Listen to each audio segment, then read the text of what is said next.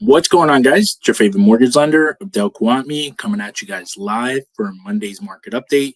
We got a jam-packed agenda today. I'm going to cover with us a couple different things in regards to one, obviously the market.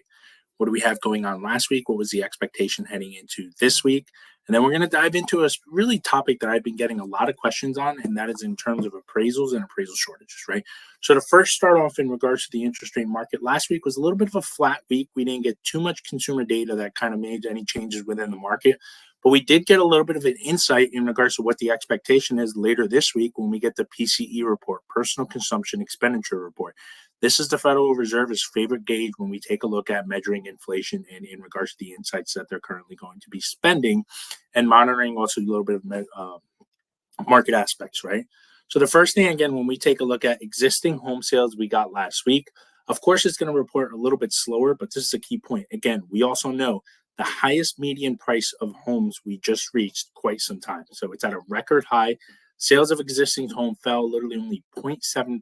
Remember, it is a 1 month lagged at just 4.1 million annualized home. But the real crucial part is, check it out, the median home price, so the average between the highest home and the most affordable home, was at a 419,300 in terms of price point. This is a 3% month over month increase, along with a almost 6% increase, 5.8% year over year.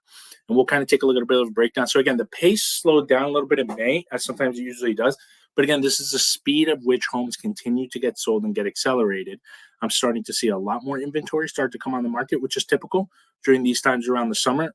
So we'll kind of continue to see that. We're seeing, again, a boost. We're seeing 1.28 million homes that were available for sale at the end of May, which is an increase of just shy of 7% in terms of home value. So, of course, more inventory is going to allow a little bit more opportunity for buyers to simultaneously search for their options, but it is still relatively extremely competitive when we're taking a look at the summer times of the market. I remember I bought my property about 3 years ago down the shore, and we also had to come in relatively competitive, 60K over, waiving the inspection, waiving the appraisal, and putting those things in perspective. Now, we did see a little bit of a shift with home builder sentiment. And one interesting thing that I read the other day was, remember, the home builder sentiment is always going to be a little bit lagged.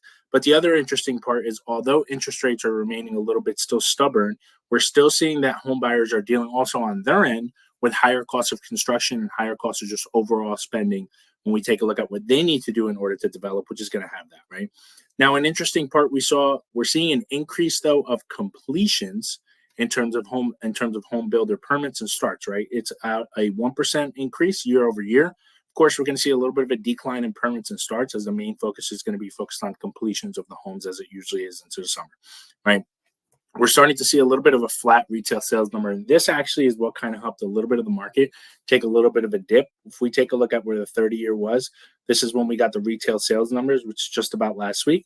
We saw a little bit of a downshift. And then once again, we've been pretty steady last week. As I mentioned, not too much data that came out, which is great, which literally basically showed barely any market movement that we were trying to take a look at. Okay. Now, the one crucial part when we take a look at continuing jobless claims and initial jobless claims. So remember, these data comes out every single week. And we know the two most important things that we're monitoring is inflation and we're monitoring employment. And this is on a weekly basis. It's literally very cost sensitive. But we're starting to see, once again, that continuing jobless claims is rising. And that goes to show you it's the hottest levels ever that we've seen in quite some time, in years, which is expected, again, because the pace of hiring is slowing. And we're also simultaneously seeing that the quit rate is low. And people are also having a hard time when they're going to simultaneously go to be able to actually find something that we're able to qualify for, one, right, for a better job, for higher comp, for wage growth. Those are the things that we really keep a close eye on for, right? Now, this week, like I had mentioned, we're going to see Friday's going to be the biggest day with the PCE report.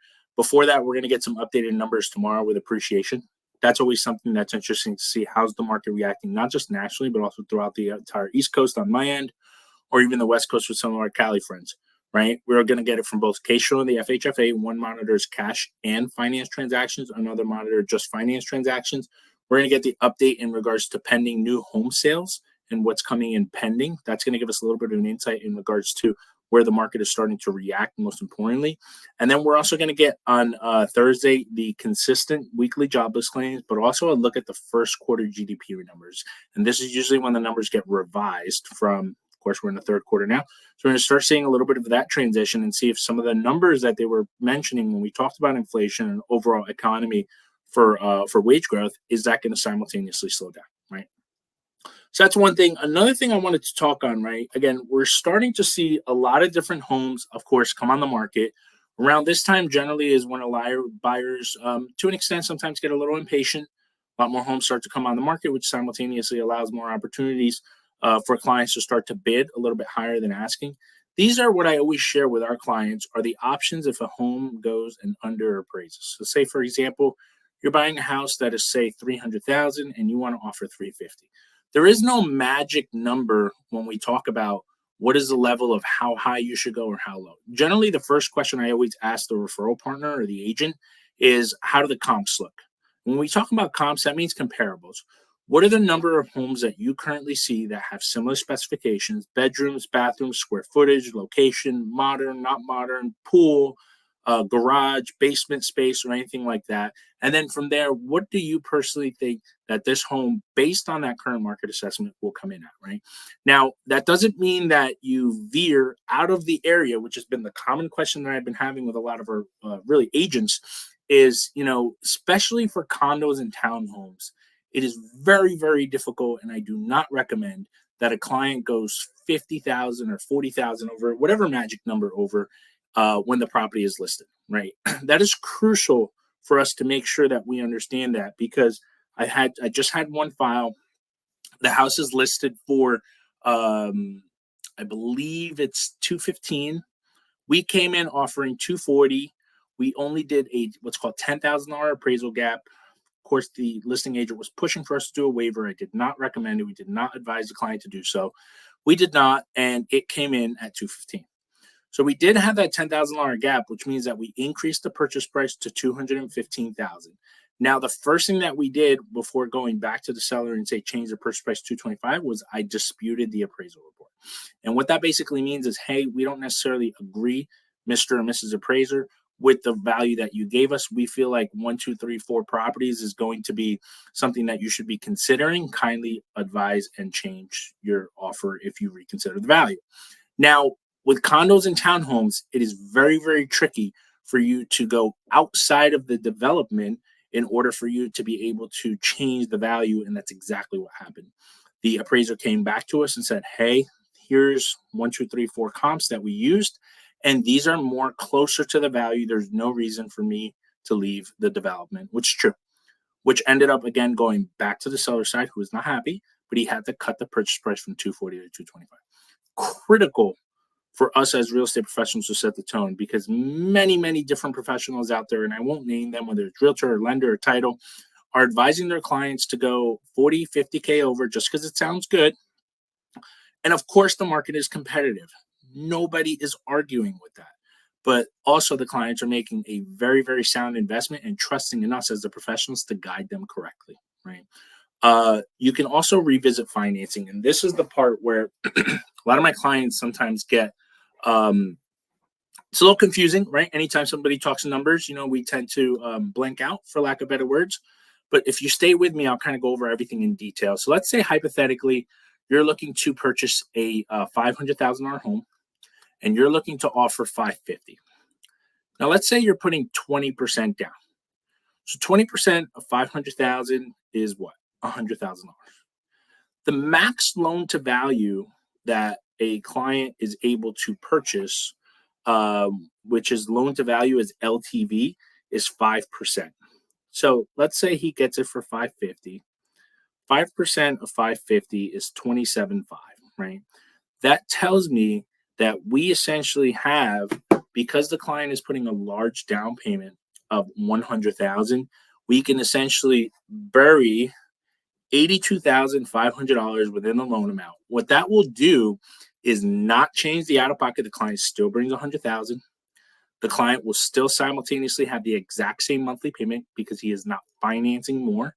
The only difference that occurs is the loan to value would change. In this example, let's say it undervalues, but that $82,000, the loan to value would change from 20% down, meaning you're now at 80% loan to value, and it would change hypothetically to 95 if it significantly underappraised at 82.5, or if it was, let's say, at that 50,000, it would just shift. The loan to value would shift. The client does not have to cover the difference if they're amenable to that, and the client does not have to obviously change their monthly payment. Now, again, this is important that we explain this to the clients, because as I tell my clients, we talk about interest rates, right? Interest rates is one thing, but understanding at the end of the day, your final out the door cash to close, and cash to close is your down payment, your closing costs, your prepaids, your escrows, potential discount points, transfer taxes, you have to pay that, and all that stuff being factored. This is your out the door cash to close number. I do not like to tell clients, one number and then they get shocked or surprised with a different number. That's not how we operate with our integrity of our business, right? So that's revisiting financing. The third thing is, of course, if we did not waive it entirely, we can negotiate with the seller as we did with our other offer with the client. Cover the difference at closing. So normally what would happen is if it's waived entirely and it comes in short, again, if we don't have the money, if we're putting the least amount of down payment, which I do not recommend to waive an appraisal when you're putting the least amount of down payment, but let's say that you do, you would essentially just cover the difference and you don't actually give the seller the money. We would just have to change the down payment requirement from, say, hypothetically 5% to 7.5%. Let's say if it underappraised by 2.5%, right? And then the last thing, of course, is if there's no waiver of the appraisal and you just can't reach a certain agreement, the consumer has the ability to terminate the contract. Of course, check with your attorney depending on the contingencies or any of the changes that may have been done during your attorney review. But those are really the top 5 things when we talk about changes, when we talk about options that clients have to home under appraisals, what they can encounter. Okay. The most common ones I'll always do on every single file is disputing the appraisal report. Everybody of us is humans. Sometimes we make mistakes. So that's critical. And then the second thing is revisiting the financing. If we have any potential room to bury that shortage within the loan amount and nothing changed from their down payment and from their closing costs, I certainly always recommend that client's tactic in an effort to do so without having them change their down payment. Now, sometimes it may incorporate now mortgage insurance if we're exceeding the 20%. But again, mortgage insurance in some instances is very, very de minimis, or the client, if they're very self-conscious, can prepay the mortgage insurance entirely upfront as a single prepayment penalty or a single prepayment in general, and then they're able to simultaneously take advantage of that. Okay. So a lot of different things. I'm going to post this on YouTube and I'm going to post it throughout our consistent channels. If you guys have any questions whatsoever, I hope this was helpful.